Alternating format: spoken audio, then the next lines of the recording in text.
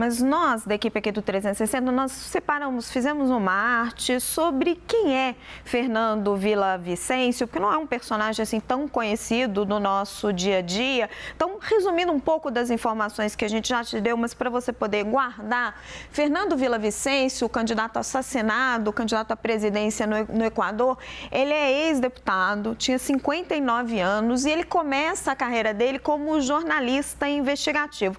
Ele até hoje gostava de se identificar como jornalista. Ele passou um tempo ali assessorando alguns políticos e assim ele se lança na carreira política. Ele sempre foi um grande crítico do crime organizado e da corrupção e se vendia, né, como personagem político com esse slogan, a hora dos corajosos. E ele já tinha relatado algumas ameaças de morte, tem até um episódio em que a esposa dele estava em casa e a casa dele é alvejada por tiros. E ele sempre marcava essa posição, ele classificava o Equador como um narco-estado.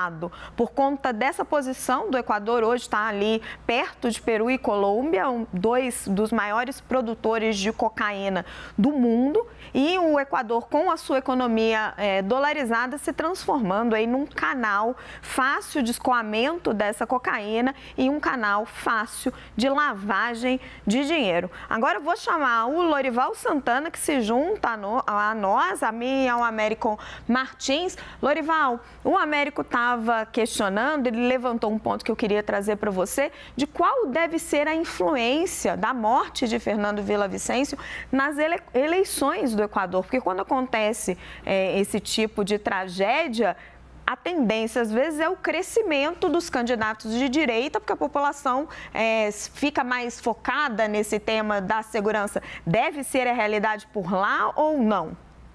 Essa é a visão do Franklin Ramírez, que é cientista político equatoriano com quem eu estava conversando agora. Vou trazer minha apuração sobre 3 fontes equatorianas. Uma delas eu não posso dizer quem é, uma fonte muito bem informada. E também o Franklin Ramírez, que eu citei, e o jornalista Carlos Rijon, também equatoriano.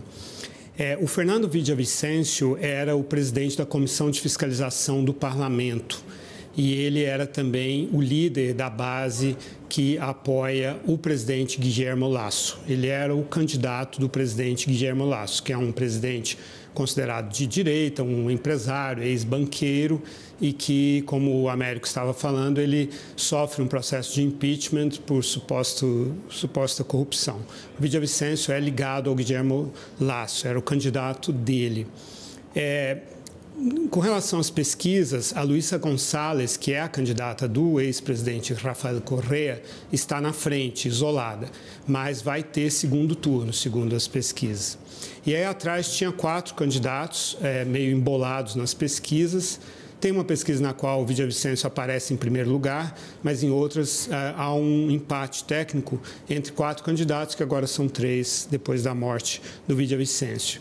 E um deles é o Otto Sonnenholzner, que é ligado ao Bukele, que o Américo estava mencionando, o Bukele, presidente de El Salvador.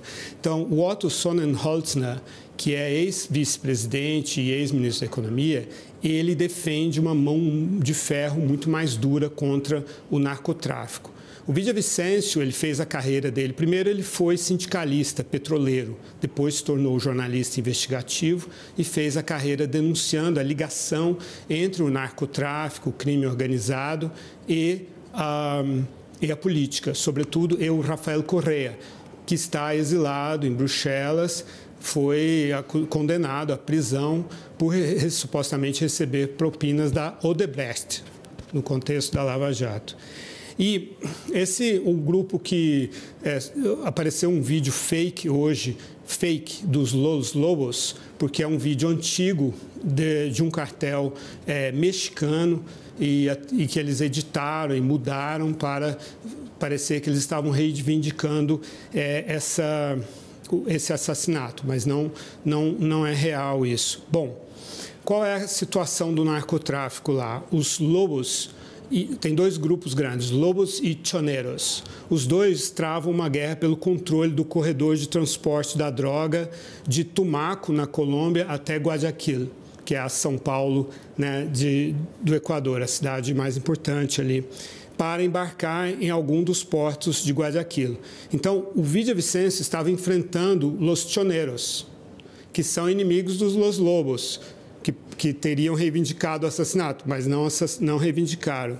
E o chefe dos Choneros, Fito, ameaçou de morte o Villavicencio na semana passada.